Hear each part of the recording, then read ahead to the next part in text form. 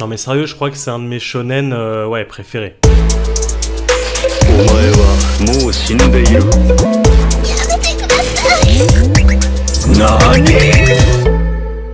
Yo tout le monde, c'est Mousse et aujourd'hui eh bien, on va parler de My Hero Academia. My Hero Academia, donc shonen, donc type très adolescent. On est sur un 34 tomes actuellement en France. Je pense qu'ils sont un petit peu plus loin sur le Japon.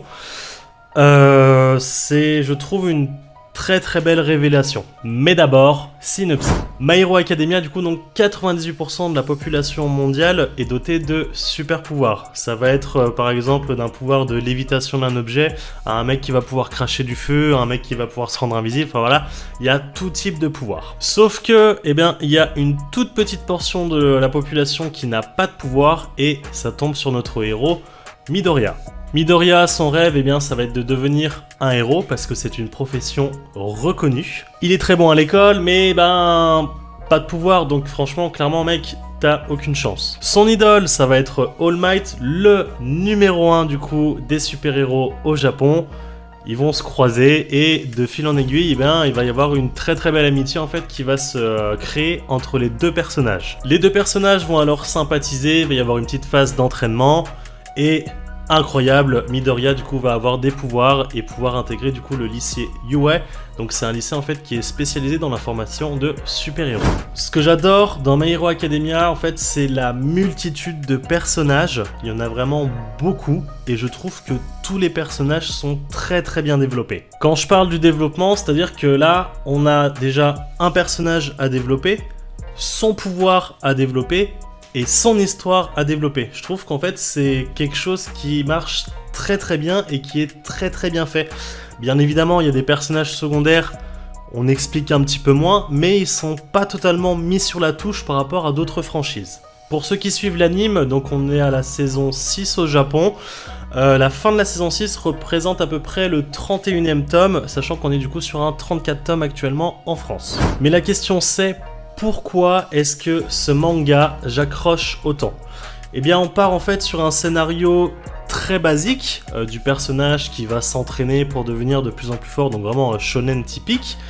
Et on commence en fait à atteindre de plus en plus loin dans le manga un espèce de taux de maturité qui est, je trouve, très intéressant. My Hero Academia, par rapport à la morale sur le reflet en fait de la société qu'on essaye de nous renvoyer, je trouve que ça va ressembler un petit peu à un Naruto en fait, où par rapport aux phrases mythiques, que ce soit de Pain ou de Madara, ouais, je trouve qu'il y a un très beau message en fait derrière qui est adressé directement au lecteur. Ce taux de maturité du coup dont je parle, où on a cette espèce de discours un petit peu plus prenant, vraiment très profond, on le retrouve la première fois dans la série, je trouve, sur l'arc Stain, donc avec ce fameux tueur de héros.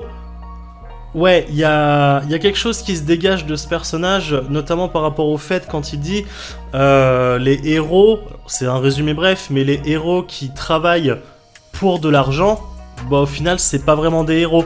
Donc c'est un très beau message et ça demande en fait une très bonne réflexion pour analyser en fait chacune de ces phrases et ce qu'il veut nous faire passer en fait comme message. Mais alors, le truc qui me choque le plus dans le manga, surtout sur les derniers tomes, on est sur un manga qui commence à devenir un petit peu plus violent, un petit peu plus badass.